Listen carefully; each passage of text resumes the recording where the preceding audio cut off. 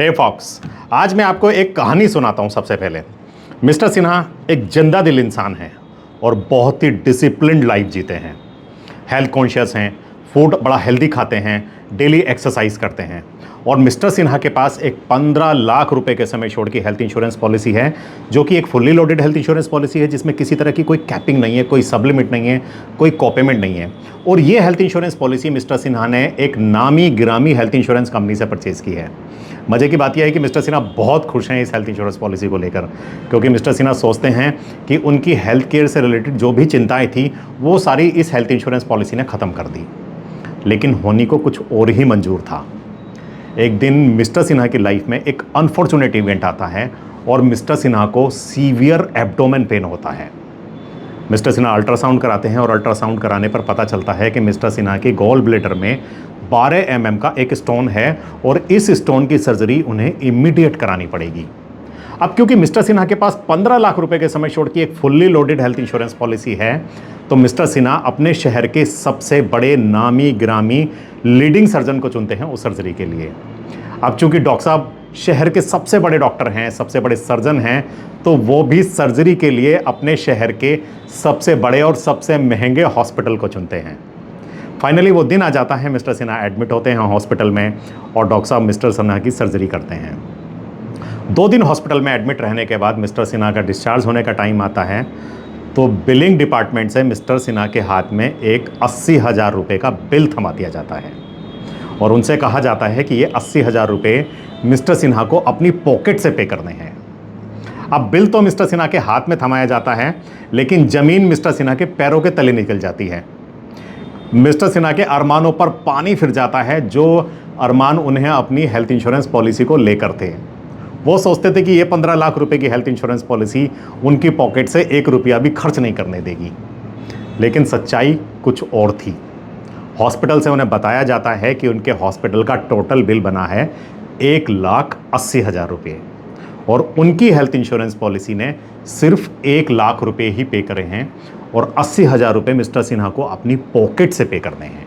अपनी पॉकेट से क्यों पे करने हैं? क्योंकि इंश्योरेंस कंपनी ने एक क्लॉज लगाकर उन 80,000 रुपये का डिडक्शन कर दिया है और वो क्लॉज है reasonable and customary charges. Folks, health insurance एक बहुत ही वास्ट सब्जेक्ट है। हेल्थ इंश्योरेंस की टर्म्स एंड कंडीशंस के ऊपर मैं ऑलरेडी बहुत सारी वीडियोस बना चुका हूं, लेकिन हेल्थ इंश्योरेंस की टर्म्स एंड कंडीशंस इतनी आसानी से ख़त्म नहीं हो सकती हैं। हेल्थ इंश्योरेंस की टर्म्स एंड कंडीशंस के अंदर एक क्लॉज ऐसा भी है, एक खतरनाक क्लॉज ऐसा भी है, जो आपके हेल्थ इंश्योरेंस क्लेम को 60 से लेकर 70% तक भी डिडक्ट करा सकता है और इस खतरनाक क्लॉज का नाम है reasonable and customary charges.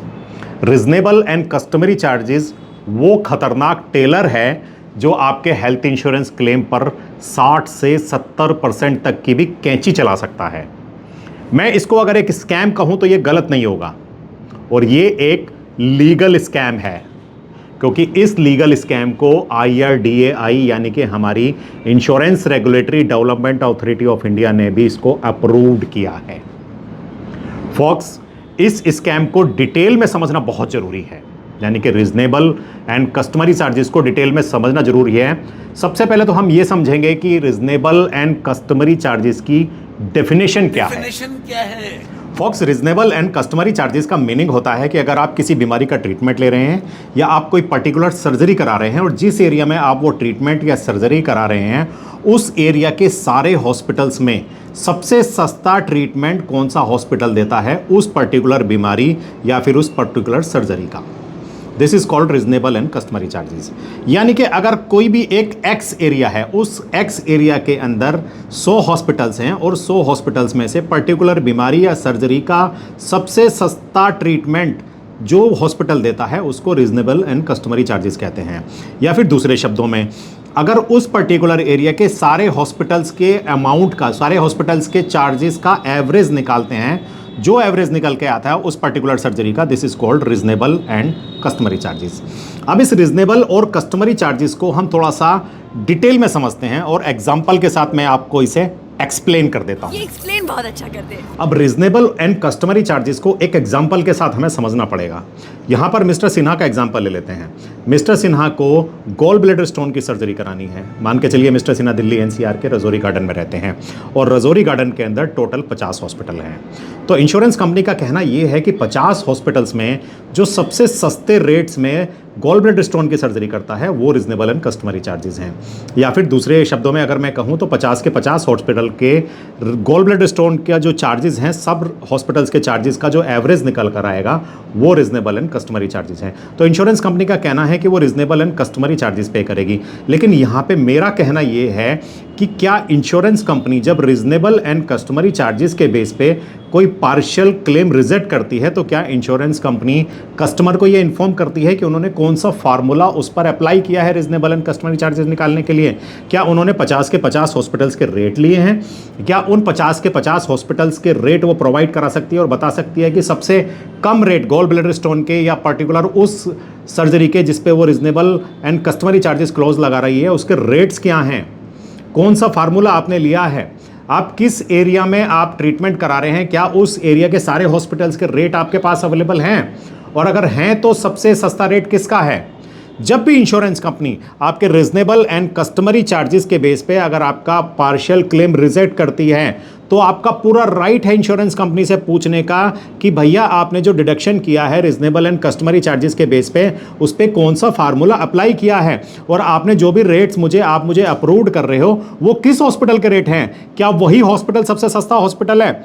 Fox, ये एक बहुत बड़ा स्कैम है और मैं इसको लीगल स्कैम ही कहूंगा क्योंकि इंश्योरेंस कंपनी के पास इसका कोई भी जवाब नहीं होता है।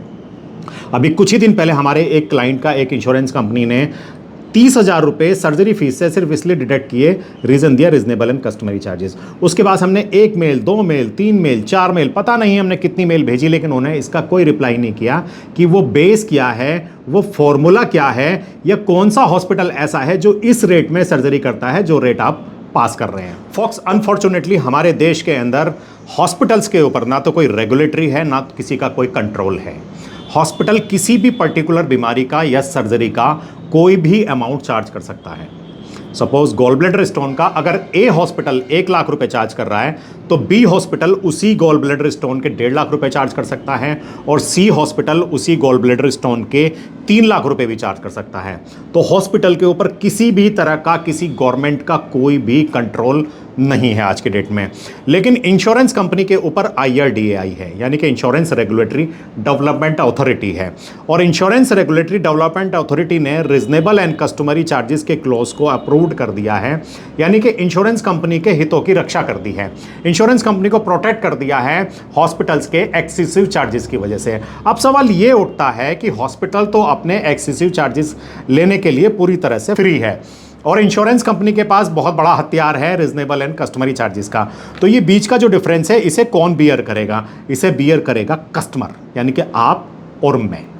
और इसका सोल्यूशन क्या है? इसका कोई भी सोल्यूशन नहीं है, इसका सिर्फ एक ही सोल्यूशन है और वो सोल्यूशन है कि जब भी आप हेल्थ इंश्योरेंस पॉलिसी परचेज करेंगे तो इंश्योरेंस कंपनी के फंडामेंटल्स को चेक करेंगे। आप चेक करेंगे कि वो इंश्योरेंस कंपनी कितने क्लेम रिजेक्ट करती है रीजनेबल एंड कस्टमरी चार्जेस की वजह से, उस कंपनी के अगेंस्ट में कितनी कंप्लेंट्स हैं, उसका CSR यानी कि क्लेम सेटलमेंट रेशो कितना है, उसका इनकर्ड क्लेम रेशो कितना है। सारे फंडामेंटल चेक करने के बाद अगर आप इंश्योरेंस पॉलिसी परचेज करेंगे तो फिर हो सकता है कि आपको रीजनेबल एंड कस्टमरी चार्जेस जैसे हिडन डेमोन का सामना ना करना पड़े। लेकिन ऐसा बिल्कुल भी नहीं है कि सारी ही इंश्योरेंस कंपनियां ऐसी हैं जो रीजनेबल एंड कस्टमरी चार्जेस के क्लॉज का मिसयूज करती हैं। हमारे देश के अंदर एक इंश्योरेंस कंपनी जो लीडिंग है और सबसे ज़्यादा वही इस क्लॉज का मिसयूज करती है। हालांकि मैं इस वीडियो में उस इंश्योरेंस कंपनी का नाम नहीं ले सकता हूं क्योंकि वो यूट्यूब की जो गाइडलाइंस है उसके अगेंस्ट होगा। आप चाहें तो पर्सनली मुझे कॉल कर इंश्योरेंस कंपनी का नाम पूछ सकते हैं। सो फॉक्स, रीजनेबल एंड कस्टमरी चार्जेस के बारे में जितनी जानकारी मुझे है वो सब मैंने आपको इस वीडियो में बता दी है। आई होप कि आपको ये वीडियो पसंद आया होगा और आपकी रीजनेबल एंड कस्टमरी चार्जेस से लेके जितने भी आपके डाउट्स हैं वो सब क्लियर हो गए होंगे। फिर भी अगर आपके कुछ भी सवाल हैं, कुछ भी डाउट हैं इस हिडन डेमोन यानी कि इस खतरनाक क्लॉज को लेकर, तो आप मुझे फ़ोन करके पूछ सकते हैं। आप मुझे मेरे मेल भी कर सकते हैं, कमेंट बॉक्स में भी पूछ सकते हैं। तो मिलता हूँ आपसे अपने नेक्स्ट वीडियो में, तब तक के लिए जय हिंद, जय भारत।